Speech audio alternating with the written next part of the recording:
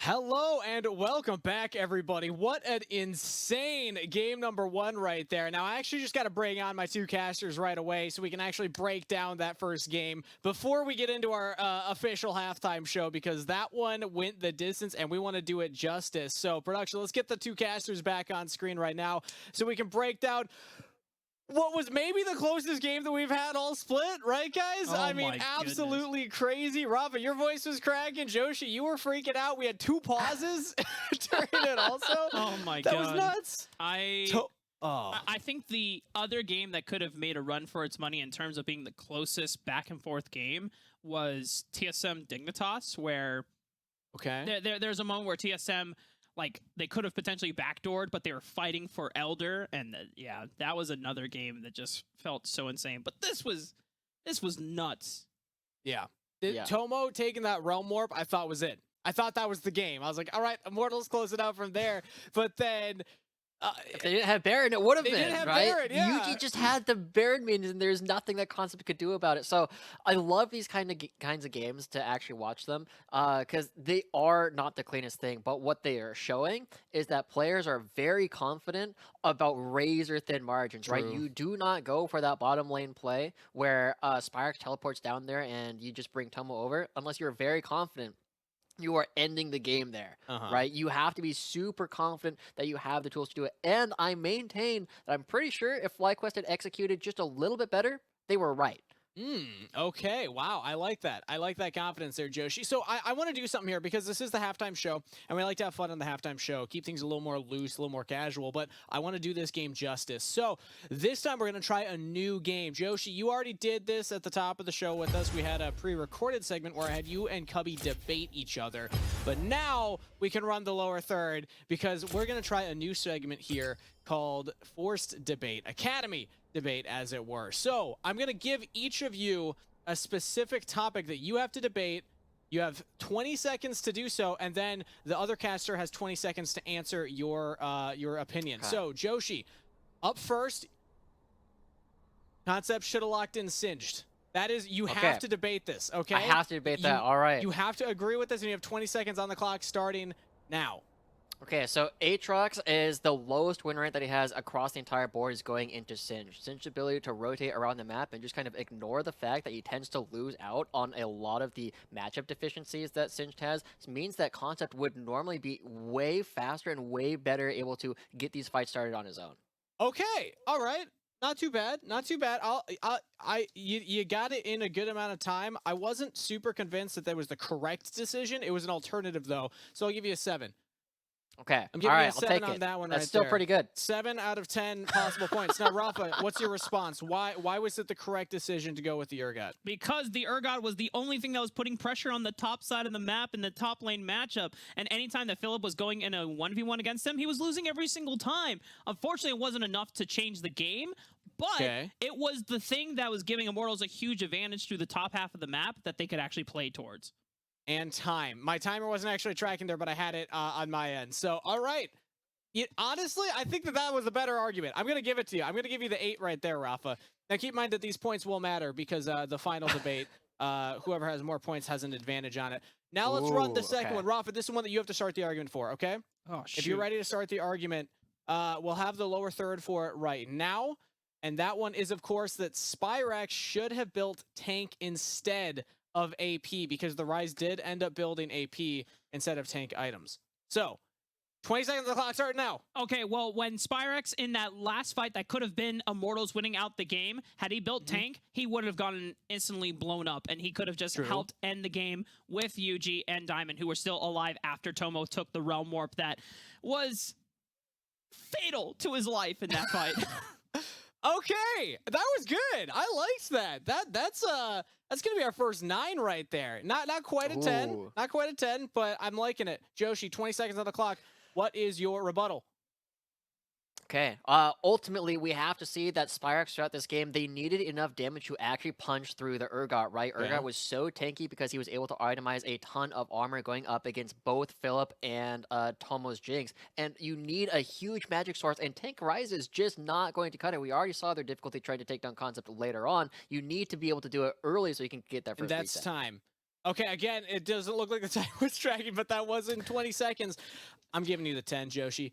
I'm giving you the 10 right there. I actually agree with you. I think that that was the correct build there, so maybe it's my own bias coming in.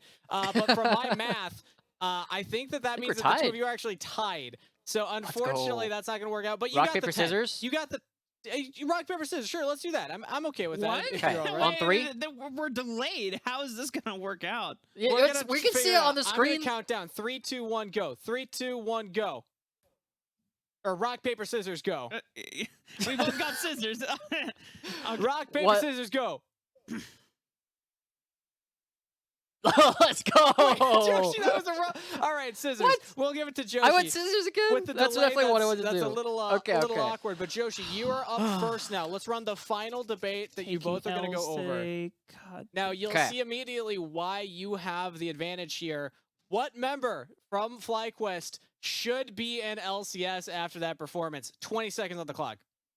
Look, I'm actually going to have to go with something that's a little bit, might be a bit surprising. I'm going to actually say that Spyrax was my MVP of that game and probably the person who should be in the LCS. I love the fact that Tomo got the quadra kill, but it is just really hard to forgive the one play where he ends up going through the Realm Orb and ends up costing his team the game. Also, when they tried to end the game earlier. That was the time. Darn. Okay, not bad though. Okay. I still think that you got a good enough argument in there. But Rafa, now it's up to you.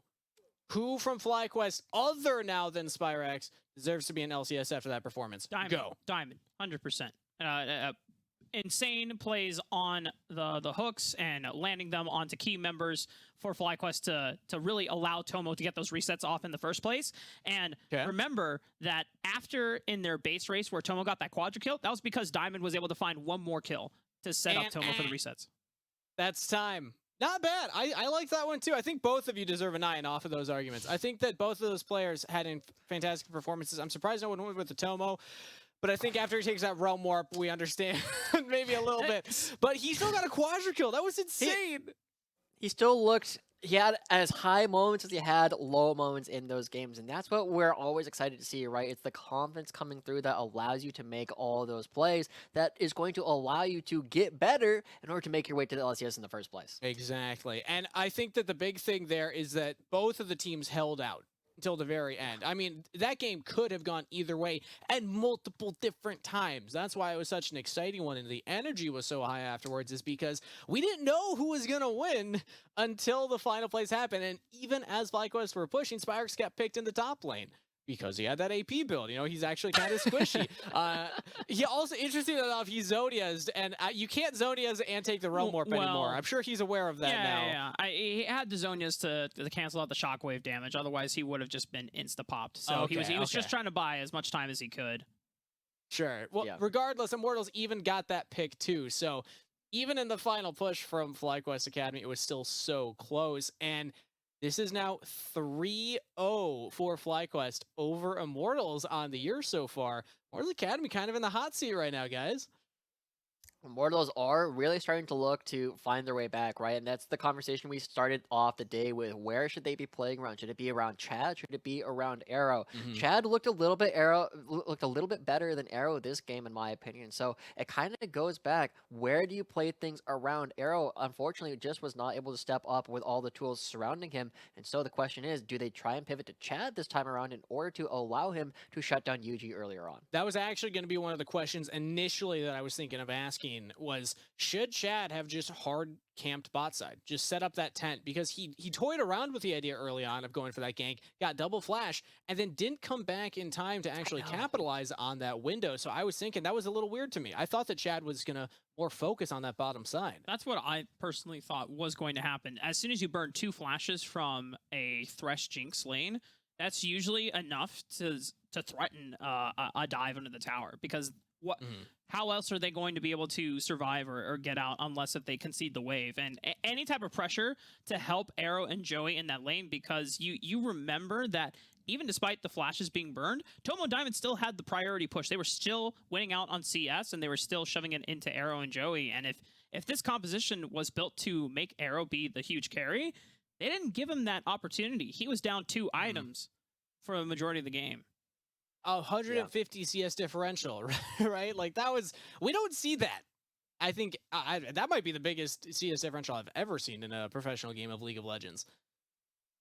I mean, I think, Jenkins going up against the first Jan All right, you top know lane what? Fair might enough. have been. Fair enough. I But- suppose I hadn't thought about Yeah, the other thing we do have to pay attention to though is it's not just on Chad to make those decisions, right? Yeah. As one of these rookies who you are trying to enable, I'm looking a little bit more towards the veterans. In this case, I'm looking towards Pretty to try and push that with him. It's not just like, hey Chad, go dive bottom lane. It's like, hey Chad, I am roaming with you bottom lane so that we can take them down. And that's something that we didn't quite see. The coordination between Chad and Pretty was not as high of a quality this game as I know we've seen it previously. And I don't know if we saw a single situation where the Cataclysm went off before the Shockwave. We saw it in reverse one time in the top side of the map, but it kind of goes to show you need to have a bit more coordination to make that, to make the dream work. It's crazy that we've already gotten through these many talking points and we haven't even mentioned the top lane. I think Philip had a great performance on that Aatrox as well, but I'll let the two of you cover that because I am hearing that we are now ready for pick and ban for game number 2. That was a banger of a game number 1. I can't wait to get going to close out the series. So, Rafa, take it away. Thanks, Genghis. Get out of here, Steve. Philip had a great Aatrox performance in the fights. Solo lane wise, though, Concept was pretty much winning every single 1v1. And so, I just want to make sure that we're appropriately giving credit to where it's due because Concept's Urgot was looking pretty shnasty. And unfortunately for Immortals, it just wasn't enough of a leverage to really pivot off of despite them having such a, that potential avenue to play through.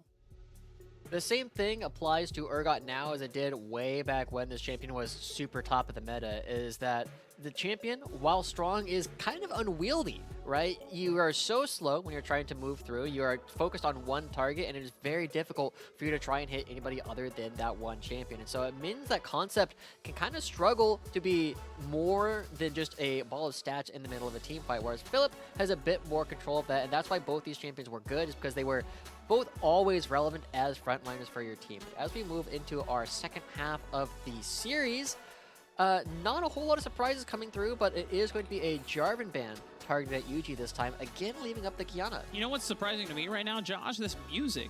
If what I'm hearing is the actual Champ Select music, this is banging. Oh my goodness. Oh. Production knows we're in for another banger, and I really hope I'm not going to eat my words and we don't slow down a whole lot here, but I love the fact that FlyQuest is willing to just kind of run it back so far, right? You have the Jinx, you have the Aatrox, things that we both saw last time, whereas Arrow opting in to go for the, oh my god, Mark. I said we were in for a banger. I was right. We got Viego and Ahri coming out right away from Immortals, and Chad, we know, we've seen him get so many. I think every single one of their first 4 wins were on this champion. He had a 100% win rate on the Viego, and Pretty, by going for the Ahri, this is a common combination that I've been seeing Academy teams pick up a lot more.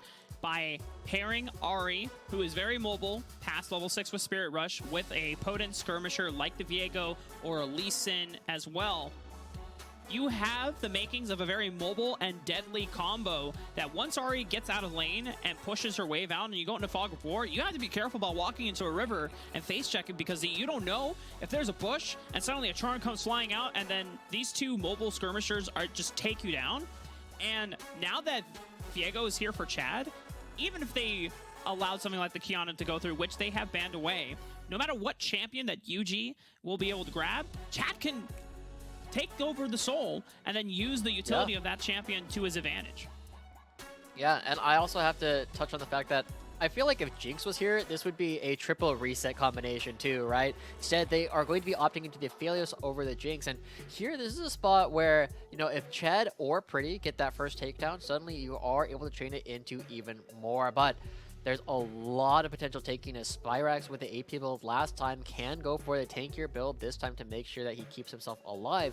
And there's plenty of sustain and lots of damage coming through. The big thing that FlyQuest need to do now is need to figure out how they're actually going to get these fights started.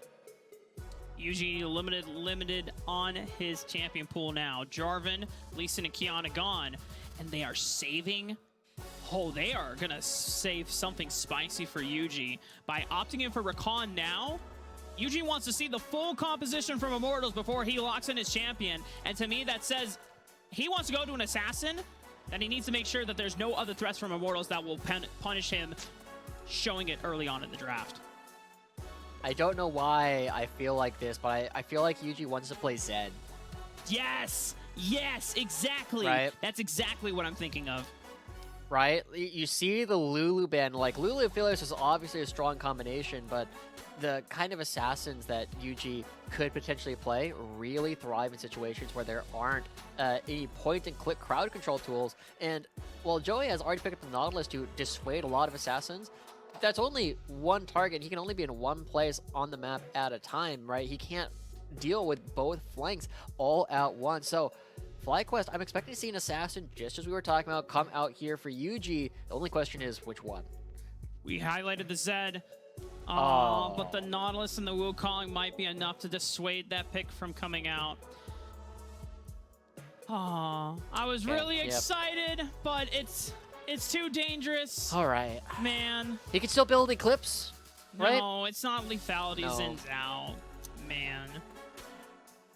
All right. Well, our disappointment aside, is a good champion for FlyQuest, but it is something that we have seen Yuji kind of struggle with throughout most of the season thus far. These bruisers are not the things that he's been having most of his success with. Instead, it has been more of this assassin-style play style. So, FlyQuest now going to need to prove that they can play in multiple different ways. And the composition they've drafted on any other team, I wouldn't have any concerns with it, right? Like, this kind of composition just does a little bit of everything. You have some engage tools, you have some pick tools, you have tools to brawl, you have wave clear. The only thing you're missing is potentially a way to get everything started underneath the enemy turret. But as long as you are playing good League of Legends, FlyQuest has a great composition to take all comers.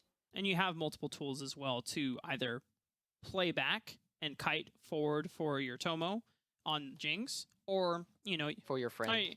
any friends, really. I mean, a Crescent Guard. Yeah, well, that's what Tomo means. Oh, really? Friend. Yeah. Oh. Now, I don't know what language he's doing it in, but in Japanese, Tomo means friend.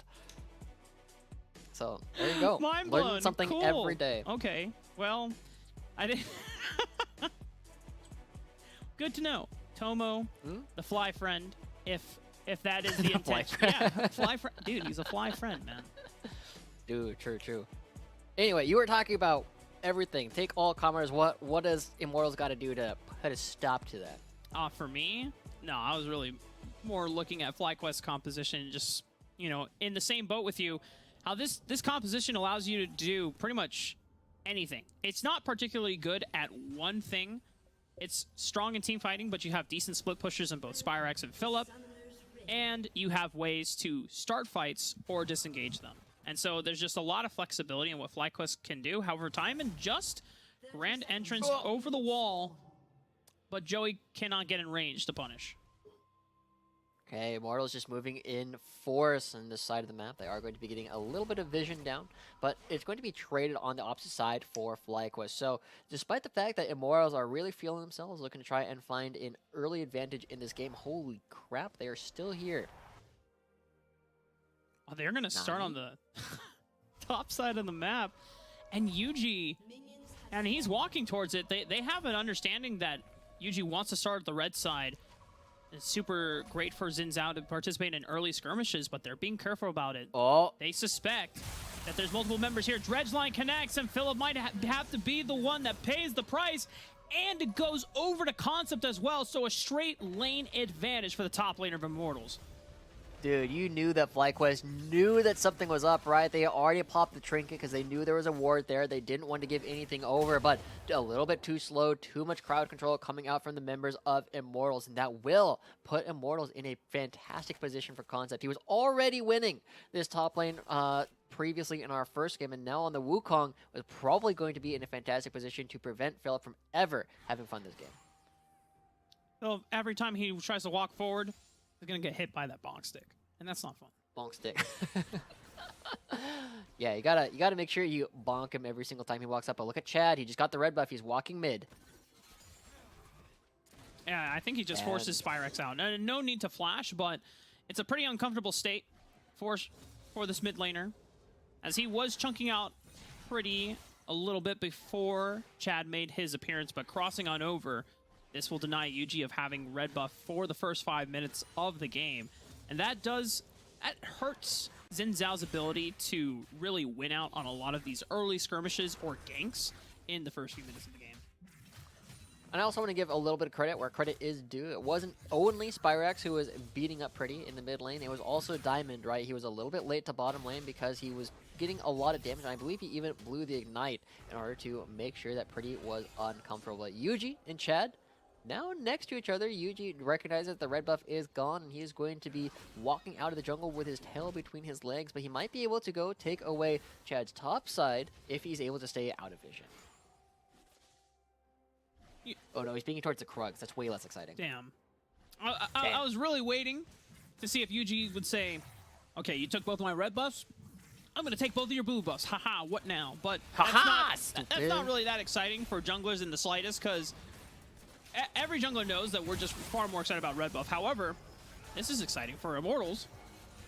But Diamond is a little slippery on the Recon and still has flash. Doesn't even need to burn it. He's that safe. So, well, this early game is small advantages going over to Immortals at this point in time.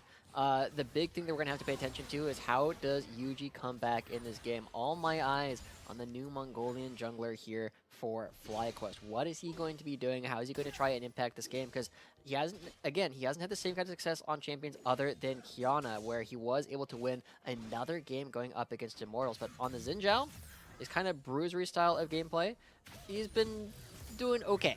And I really want to see what he does now that he's put in a position of a deficit. And oh no. Okay, they know where each other are. Yuji still has flash, but he's on the wrong side of the tracks. He doesn't have an item. Requires Philip to walk on over to him. But will Concept get there first? Yuji forced to smite away so he can get the HP advantage. Has the flash from Concept. Now Philip might have to flash as well. But here comes Pretty. And it's enough damage from the mid laner that Chad gets the reset over the wall. Philip is paying for the sins of the rest of his team right now. Yuji trying to make that play, and a good flash coming out from Spyrax, keep him safe from Pretty. But Philip, you know, he was just the first one into the bush. He happened to be the wrong one there. This time, FlyQuest decide that they are going to fight for this blue buff to the death, and unfortunately for Philip, he's going to be the one that ends up going down because Yuji had to bail. And you can tell how desperate Yuji felt in that situation where he's like, guys, he took away both red buffs. I need something back. Otherwise, I'm just going to fall dangerously behind. And by calling them over, it doesn't work out. This is just even worse for the side of FlyQuest. And if you're Immortals right now, if you're an Immortals fan, you're feeling great, because anytime that we've seen in the past where Chad gets a lead on Viego, it's usually a quick rinse and end victory for Immortals. And hopefully that's going to be enough, right? I was saying that they were typically finding their wins when they were playing through Arrow, but that doesn't mean that they can't find wins playing through Chad. He's already up a decent amount in Concept. Also, now that his opposing laner has died twice, is in a fantastic position as you just go in, bonk him with a stick. No Cyclone available yet. Ooh. A good use of the decoy, dodging out on the fatal sweet spot of that third cast of the Darkened Blade. Level 6, still not available for Concept. And the wave is frozen a spot where Philip does maintain control and has the extra bit of Omni Vamp. But now, FlyQuest, we're looking for maybe one more play for Spyrax, but it's just enough to allow him to push this wave in, get the reset off. There's still dragons and other objectives to play for. The first one spawning is Infernal. But the way the things look right now, Josh, FlyQuest don't have really any control of this bottom half. They're going to be ceding over a lot of control of the river, and it is going to mean that there's going to be an easy opportunity here for Immortals to pick up the dragon if they want to. But instead, they want to continue making Yuji miserable, looking to find him in the jungle, or they might turn it around and go for Spyrax. Well, Joey just flashed over the wall. Not quite. They're going to take the long way around. Chad, a lot of damage comes out from Spyrax, and now who is tanking the turret right now? Looks like it's Joey, and beautifully executed from Immortals. They take down Spyrax without hitch. Okay, this is a really small thing, but I want to point out the fact that Joey waited for one of the turret shots to be in the air before he went for the dive, so that it takes a long time for the wipe of the next auto attack to even hit him, right? Just that little bit of extra space that you have makes the dive so much more effective, and they're not going for the dragon like FlyQuest might be thinking. Oh, Chad's going for the Krugs, again, less exciting. Hey man, the jungler's got to take whatever camps they get, especially when, you know, if you're in Yuji's case, he got everything taken away from him. He needs to find some way back in, and Chad just maintaining this lead as well. That first item power spike in what should be a Divine Sunderer for this Viego is going to hit quite nicely for Immortals, and their mid game is going to be huge. I'm looking at FlyQuest to see how they answer back, because you still have scaling components on this side. Spyrix on the Rise, Tomo on the Jinx. Do you buy time for them, or they're just actually going for this dragon off the reset? Yeah, I mean, the reset comes through. Immortals, by going for these plays in order to get the gold, are choosing to forego this early game dragon. And I feel like this is one of the things that FlyQuest does quite well, is when they sense that their opponents are not in a position to contest them for the dragon, they have better trigger pull than a lot of teams. And what I mean by that is, right, they see it, they're just like, okay, well, you're setting things up, you just need to actually do it. And FlyQuest is once again ready to make that play happen because they know there's no opportunity for Immortals to actually contest, even though FlyQuest are currently behind. Next objective would be the Rift Herald. It is spawned on the top side of the map. That's where Chad is currently making his way towards. And because of all the pressure that Concept has slowly built up in this lane, should have priority to allow Chad to make this a super easy secure. Yeah, but Chad also, I like that he's choosing to take the maximum, right? It is one thing to just go for the Rift Herald and go for the Dragon, but also spending time recognizing that Yuji hasn't come over, and Yuji is going to go for the W and realize that there's nothing there. Oh no! He had the right idea, but the wind becomes lightning. Just not enough range. Doesn't detect where Pretty and Chad are. He had a feeling. Now Spyrix. Oh, he has Diamond here, and Philip is here for the collapse as well. Chad already having used Flash under the tower, cannot escape. Huge shutdown for Philip. Okay, Philip actually doing quite well, considering he has died twice so far this game. He's only down about 10 CS at this point, and picking up that shutdown actually means he's probably ahead of where Concept is. Diamond? Wants to punish it. Pretty no Spirit Rush available. Diamond using the Flash to close the distance and pops the Be Happy emote because he knows he's done his job. Uh-oh. Damn. Well, Concept. I was just pumping you up, Philip. But Concept seems to have your number this series. The Flash comes through. He ends up taking down Philip. And again, fighting all across the map, as it seems like everybody just willing to exploit very small edges whenever they can find it. So the gold lead currently still pretty heavily in favor of Immortals. We get to see how Concept actually took down Philip. I can't imagine there's a whole lot exciting that goes on here. As yeah, Concept just goes in, the double cyclone comes through, and yeah, just flash follow. Yeah, just understanding that he had the ultimate advantage, seeing Philip use World Ender to rout off Chad. And something that's exciting, actually, it's not a Divine Sunderer. I hate that item. Let's go. It's Trinity Force for the Viego. Let's go. Okay, I don't know if that's good or not. Explain to me the difference of Trinity Force versus Divine Sunderer on Viego, because I'm generally a fan of Trinity Force, but I'll be honest, I don't think I've seen this on this champion. I mean, you're basically getting stacking base damage, right? Thanks to the Trinity Force passive, and you lose out on the sustain you get every time you have the Divine Sunderer passive proc, but it's generally more attack speed, which Viego likes in these skirmishes. And I think this iteration, because Divine Sunderer, you no longer have as much health as before because you lost out on the Phage and you have a Caulfield's instead. Trinity Force, I don't remember if this now equalizes in HP, but regardless, Trinity Force is just, for me, it's a cooler item. And I know that that's not necessarily a quantitative way of looking at it, but I mean, we've both had our quarrels with people overbuilding Divine Sunderer in cases. Yeah, item is like okay. But we see another bit of a fight, and I love the fact that Concept always passing his IQ test, immediately going towards the side whenever you actually see Aatrox's W thrown down. But the thing that I'm going to pay a lot of attention to now that Chad has Trinity Force is he going to be able to stay alive during all these fights in order to win? Oh? I'm curious. A Cyclone comes out from Concept, forces the World Ender. Does Concept have enough damage? It's close. One more bonk should do the trick, but Philip, thankfully he was chugging on the health potions, ticking on them. Philip is forced away, doesn't have teleport to come back to the wave, but he stays alive for now. Yeah, make sure you slurp your juice, kids. That's how you keep yourself alive in these very small situations. He definitely survived because of the potion. If he didn't do it, he would have gone down. So Immortals trying again to put Philip behind. Currently have a 30 CS lead, just as we saw previously. But earlier, when Bradley was doing it to Eclipse, it was something where we saw the Riven come back anyway. And Aatrox is a character that can do the exact same thing. And hey, I've seen this movie before. Mid tower should just be opened up completely here. Rift Herald will do enough damage to take it out in one fell swoop, but Diamond wants to punish the overextension. Charm up from Pretty prevents Diamond from being able to charm him, but Chad overextended, ensuring that the Rift Herald would crash and go for first brick at the cost of his life. Felt like the only way out was forward, and to his credit, he was pretty close. Trinity Force almost had enough damage to take him down, but with the turret going to be the real reward, giving over Chad for it is not the worst price to pay. But there is a dragon coming up, and it would be the second dragon in a row going over to FlyQuest because Chad is not going to be able to participate in actually trying to smite it away. It is just going to be going over towards FlyQuest as they get two of the best damage dragons in the game. What's the soul that we're going to get now? You want to take any bets right now? Cloud. Mountain. Okay. Watch it be Ocean. Oh, Cloud, let's go! No!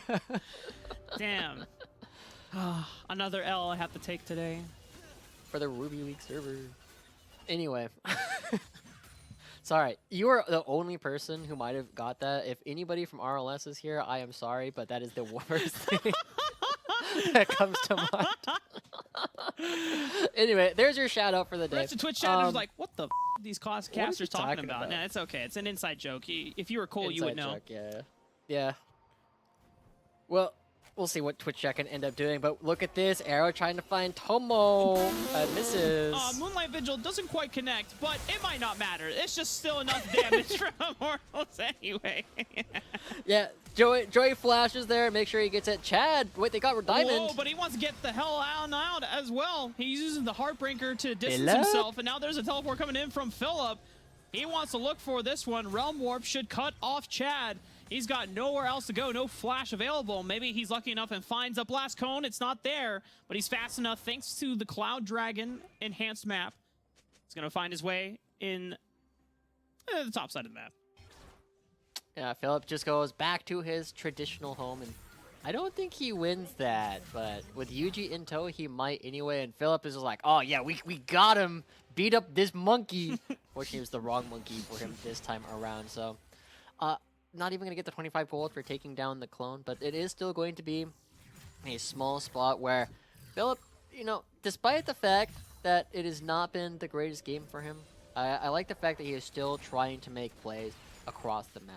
And it is a much tougher game state for FlyQuest this time because they are pretty far behind. Chad with the Trinity Force building towards the Death Dance is going to be relatively tanky as the rest of this game goes on. And should have a little bit more damage, as you said, with the Trinity Force because he's just trying to burst people out. He's not necessarily trying to stay alive once he gets in. He's relying on getting those resets in order to actually keep him alive. And he's going to be a pretty decent bruiser as well with this Death's Dance coming in as his second item as well. This is going to give him more survivability and really towing the line between going down a little too early and having enough damage and survivability to start finding resets. And you get to really be kind of a 1v9 army. But Philip, if he can find this link onto Arrow, blast cone over the wall. Chad looking for a flank. Concept has teleported in, and this is going to be a beautiful entrance to start off the fight. But Concept just gets blown up because this... Wait, Essence Reaver? Huh? Okay, well... Okay. Can Immortals find the rest of the fight? They find Philip. Oh, beautiful death charge from Joey. The rest of the members, can they follow up on it? Arrow finds the Moonlight Vigil. Is it enough damage? Flash forward from Pretty. Finds the double onto Tomo. And now FlyQuest had to be on the retreat. Okay, well, it ends up being a sacrifice of Concept. The Essence Reaver build, it's a lot of damage, but it's not very tanky. Does mean that he doesn't have the HP to keep himself up during that fight. But What are you laughing about? It caught me off guard, and I was like, oh god, well, my train of thought for the cast just completely went down the hill, but it's okay. As we take a look at this replay to see how Concept made this happen as well. Yeah, I love the fact that he's going to go in. Unfortunately, the rest of his team is not quite in position yet, and they have to try and follow and chase around in order to keep up. And I think if FlyQuest weren't comfortable trying to turn around there, they might not have caught up whatsoever, because you just see like how far away the members of Immortals are, and it has to take pretty flash in order to get in on top of the team again. Finding some time to breathe in this game as Immortals have literally. What? Yeah. I have to remind myself sometimes. Yeah. Right? Well, you can breathe more normally next time. That's normal breathing to you? Are you okay? I almost choked. Jesus. It's not going great. Another L for the Joshi League server as we have to turn our attention now to the bottom half of the map. As we do have another dragon spawning, and it is a Cloud Soul coming through. And Cloud Soul, again, with the extra movement speed, is a lot more intuitive and a lot stronger than it used to be when it was the ultimate cooldown reduction. But the thing is, it is so difficult for FlyQuest to continue stacking it up, and I don't even know how much Immortals care about it. They mostly just want to deny it from the members of FlyQuest, because all of the movement speed is nice, but you just really don't want the Elder Dragon to come out, because that is FlyQuest's way back into the game. And Immortals, when they are feeling this strong, should be very happy to just prevent FlyQuest from ever getting here and using it as bait to actually pull FlyQuest into a spot where you can fight them. Will FlyQuest bite the bait, though? Because they are very slow to this rotation if the Dragon was ever their objective, or at least trying to find Immortals off of the back end of it. Dragon is already secured. Concept turns this one around because he knows he has multiple members, and Philip thought that he had reinforcements, but they're not coming faster than the rest of Immortals are.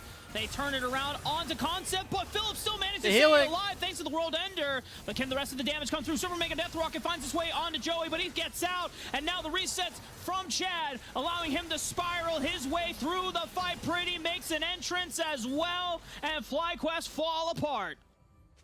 Okay, they find everything they want. The fight comes through, and again, it's just a sacrifice of Concept. He's just a sacrificial monkey this time around, and Immortals gonna be pushing their way through. They just do so much damage all at once, Mark. It is so difficult for FlyQuest to stay alive, and the thing that's crazy that we haven't even talked about is the ability for Immortals to choose their targets. There's so much mobility on this squad that they just pick one person to lock them down, and once you do that, you just stay on top of that person the entire time. So after Philip goes down, just watch how quickly they turn on to Spyrex. They just catch him, and then everybody just right on top of him. The Gale Force comes through for Arrow to get the last bit of damage, and once Spyrex is down, you have no damage. And the rest of FlyQuest are slowly losing control of this game. What used to be a 5,000 gold lead from Immortals has ballooned to about 8,000.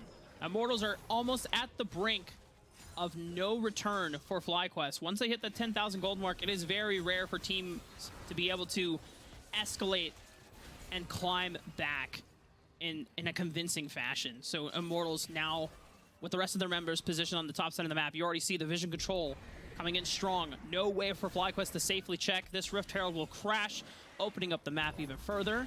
And any time that they see multiple FlyQuest members on the opposite side of the map, that Baron is going to be melted.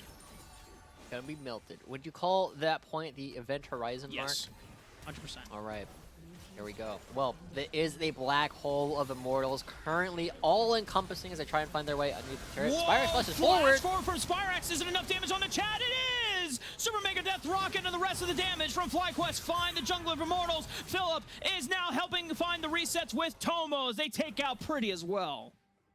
Okay, they get 2 kills there. It's not Concept going down this time, and Immortals going to be shifting over a little bit too far forward, not having their battle lines perfectly drawn up. It is going to be giving FlyQuest a couple of kills back in. They haven't crossed the event horizon just quite yet, just circling around the edge of the black hole, ready to get pulled into the abyss, but FlyQuest keeping themselves alive. So I'm trying to figure out like how FlyQuest really come back, and I think the game plan is just drag this game out as long as possible. And so you need to be very proactive with your vision in these kind of games.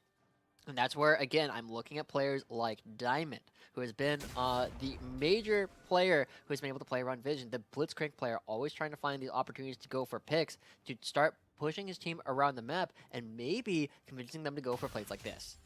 Concept committing one spell. Oh, Philip. Cowards. Oh, no. Don't stop the recall. Go for it. Just kill him.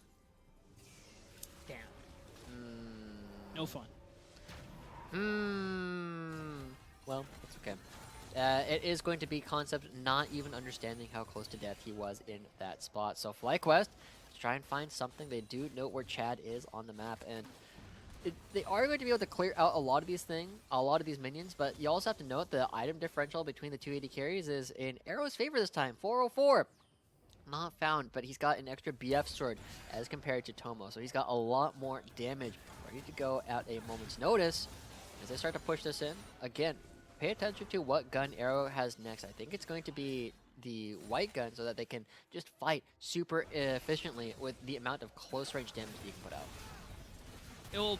Oh, whoa. There's a little bit of a flank going on from Concept. Tries to go for it, but UG dispersing most of the members with a beautiful crescent guard. Concept forced to use the Cyclone defensively, but he still goes down to Philip, and now he is on the run. Finds a beautiful Darken Blade onto Arrow. Pretty gets the flash. Oh no, it's not even a flash, it was Gale Force, but it's still not enough. Arrow goes down. Tomo finds resets, and FlyQuest, despite being down multiple amounts of gold, are finding their way back into this game.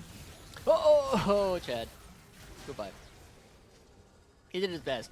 But the plays coming through from FlyQuest, they're turning these plays on their head, and that's one of the big issues with Immortals, is their front line is not actually that resilient, right? They do not stay alive for all that long, and I feel like Tomo could have had a slightly better rocket, but I don't want to, nitpick over small things that they did, because they're now in a spot where they picked up the Baron despite being at a 8,000 gold deficit, and going to be picking up the Dragon, putting them one Dragon away from the Cloud Soul. And once they have that extra movement speed, Diamond really going to love that. His ability to engage going to skyrocket once you actually pick that up.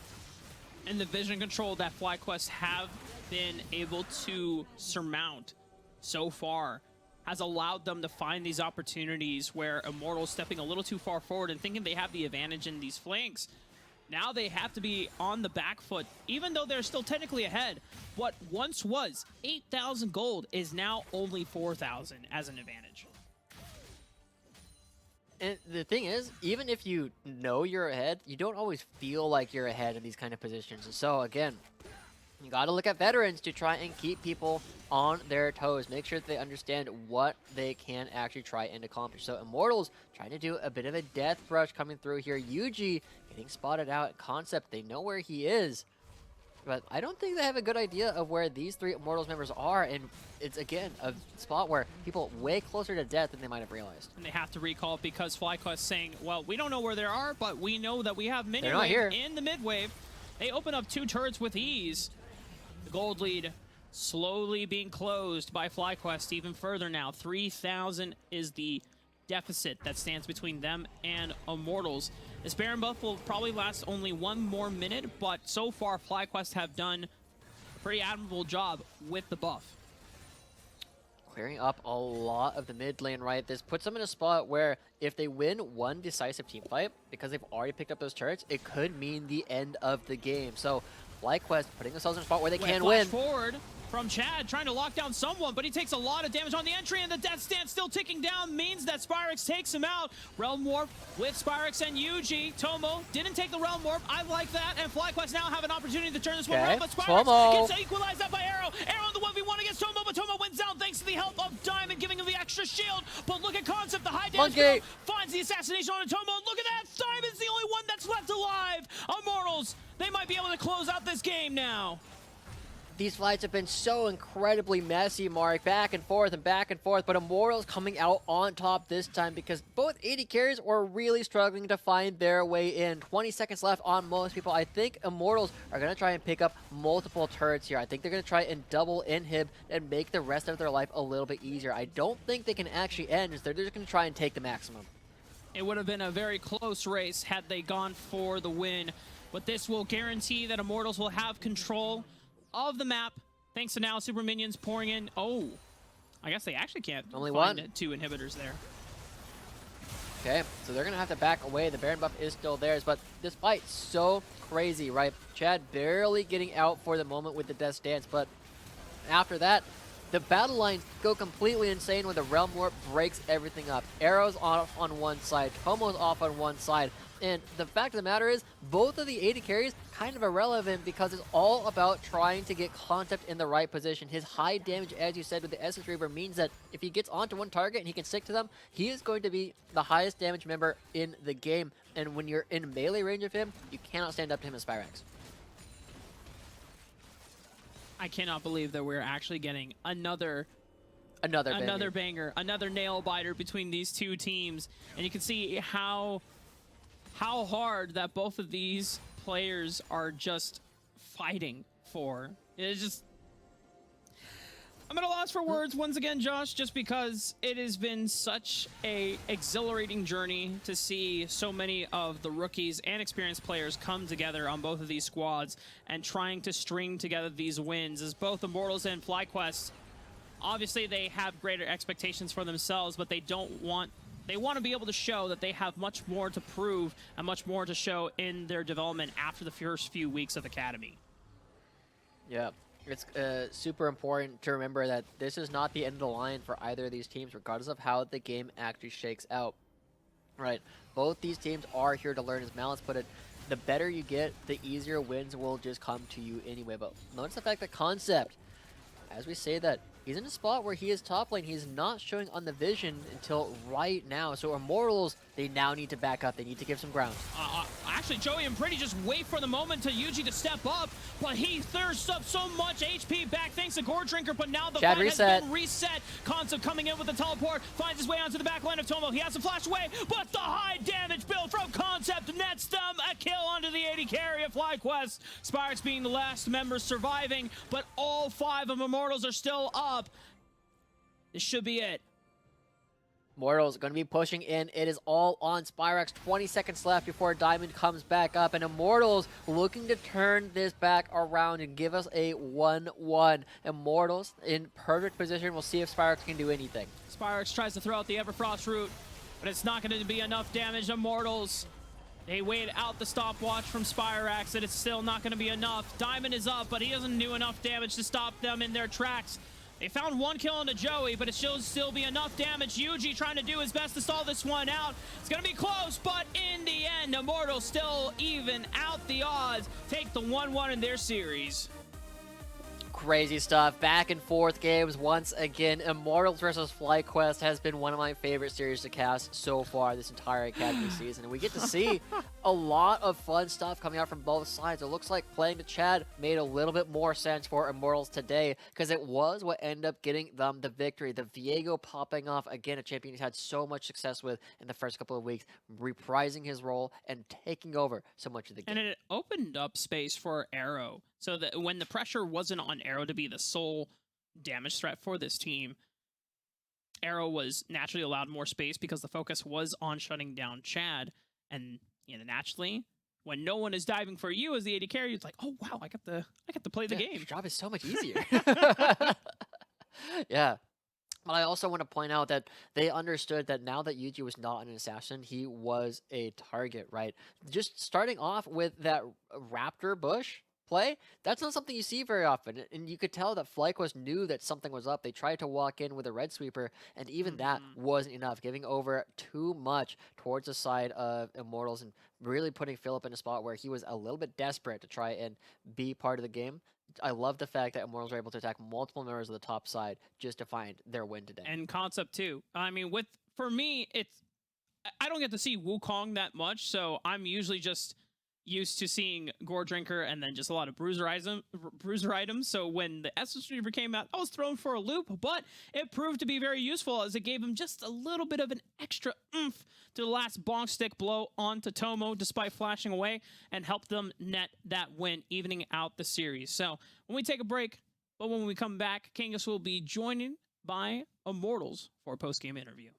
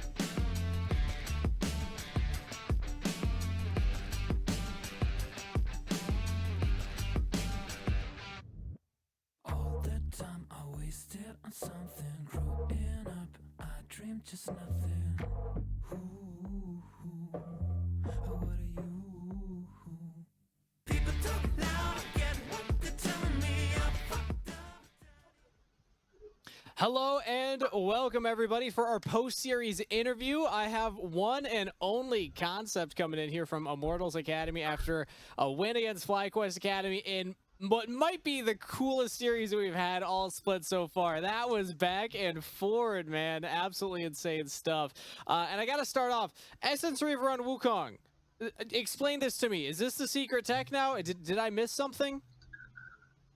I'm gonna be real. It was a bit of theory crafting on my part because normally people go Divine Sunder, but in my opinion, I think that after the latest kind of the fighter item rework with Wukong, I think that as after you get to 2 items like with Void Drinker, I think it's actually a lot better than Divine Sunder. And in this game, things were going well for us in the early game, and I felt that I could afford to go this build. And the issue was like I didn't play some of the fights well with that Reaver, so it was looking kind of bad. But like it was not bad in my opinion. It was not bad. Okay. So was this theory crafted in this game, or is this something you've been thinking about outside of game? I've been thinking about this, and I've tried it before. Okay. And when you're doing well, it's definitely good. I mean, if you were behind, I could see it being because you're playing more for at the 2 item spike, you're much stronger. But if you're behind, obviously that's difficult to get to, especially since you'll be very squishy because you're building this, and you'll probably get farmed at that point. So in this game, I felt like it was fine. I will 100% win rate as of right now in Academy, so hey, you're bumping up the stats right there. But you did say that you were thinking about this because of this game and what was going on in it, and you did get First Blood level 1. So did that change your approach to the game at all, or did that have any big like overall strategic influence on how the early game played out from your perspective? Overall, it didn't have too much of an impact because our team still played around bot for the most part, and then my matchup was naturally winning, and obviously having disadvantage made it even more winning. So things were definitely going well for me top as a result of this. But as far as like early game strategy, I don't think much changed. This matchup is like naturally favorable for me, and then I should be able to control my lane, and then with this advantage, it was a bit easier for me thanks to my team. Okay, yeah, I mean, it was still back and forth, man. That was a crazy series overall, but you finally did it. You got to win against FlyQuest Academy. They 2-0'd you in the first round robin, and now you were able to get this final win against them. How'd you feel about Philip as competition? He's another newer name to the Academy scene here. Well, Philip is good competition. He's kind of a bit unorthodox with the Aatrox pick. You saw that he blinded it twice, but he's played it against me a lot in scrims, and admittedly, he's definitely one of the better Aatroxes I faced against. And it was interesting. I think he's a good player and has good potential in the future. I think he probably comfortable blinding it because of your unique champ pool as well. You've been playing a lot of wacky stuff that not other top laners are playing. So it makes me wonder, Concept, as a player, is there a single champion that you are not willing to break out on the competitive stage? And if so, who is it? Just to give a little free scouting for your opposition. A single champion that I could not bring out? Oh my gosh. That you would not play in the top lane in competition. There's a lot of champions, but a good example would be this is something I play a lot for fun. Akshan. I play him a lot for fun, and I enjoy him a lot. And he works great for me in Diamond, but I played him once in Champions queue, and I went 0-10-0. I won't. All right, so we'll leave Akshan so no on Akshan. the bench then. Yeah, no Akshan. No Akshan. All right, maybe you and Darshan can have a conversation about the Akshan gameplay on stage. Now, final question I have for you is Chad on his player survey, which you did not fill out. Hate to call you out on that right now, but Chad filled it out and said that he wants to be a chef in the future and he loves cooking for his friends. So my question for you, has Chad made any meals for the team yet? And if so, how good was it? Unfortunately, he has not. He offered though. It's not because he has never offered or anything. He actually did offer if we had a winning day or at least 1-1. But unfortunately, we went 0-2 on that day, and the vibe wasn't really there. So unfortunately, I haven't experienced Chad's supposedly excellent cooking. But maybe in the future we'll have a good day, and then we'll have a chance. Well, if you ever get that 2-0, if you have that successful day, make sure that you document whatever he cooks for you, and we get that up on socials because I'd love to show it on the stream. But thank you so much for coming on, Concept. Congratulations on ending the day on a win, and best of luck going into your series starting next week. Thank you. And with that said, we're going to bring back our cast.